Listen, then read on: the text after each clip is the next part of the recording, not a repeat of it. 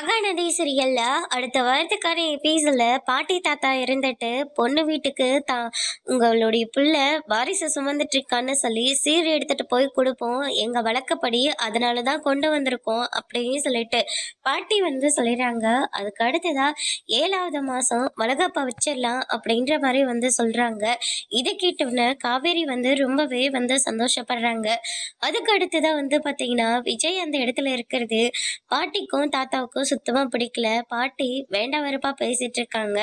தாத்தா பொறுமையா எடுத்து சொல்லிட்டு இருக்காங்க. விஜய் இருந்துட்டு காவேரிக்கு எப்ப அந்த இடத்துல மரியாதை கிடைக்குதோ அப்ப நான் அந்த வீட்டுக்கு வரேன், அது வரைக்கும் நான் வரப்போறது கிடையாது அப்படின்ற மாதிரி விஜய் சொல்லிடுறாரு. அதை கேட்டோன்னே பாட்டியும் தாத்தாவும் ரொம்பவே ஃபீல் பண்றாங்க. அதுக்கு அடுத்ததா நம்ம கங்கா கிட்ட 7வது மாசம் 2 பேத்துக்குமே வளகாப்பு வச்சிடலாம் அப்படின்ற மாதிரி சொல்றாங்க. நம்ம கங்கா இருந்துட்டு யமுனாவோட பேச்சை கேட்டுக்கிட்டு அவ கூட உனக்கு வளகாப்பு செஞ்சாங்கன்னா ஏதோ பணம் காசு இல்லாம இப்படி ஒன்னா செய்யறாங்கன்னு சொல்லுவாங்க. அவ்வளவு வசந்த இடத்துலயும் உன்னை காலில் போட்டு மிதிச்ச மாதிரி உன்னை நடத்துவாங்க.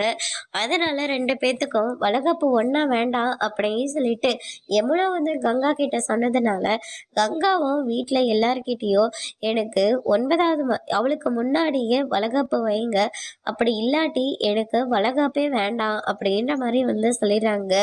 இதை கேட்டோன்னு வீட்டுல இருக்கிற எல்லாருமே ஷாக் ஆகுறாங்க.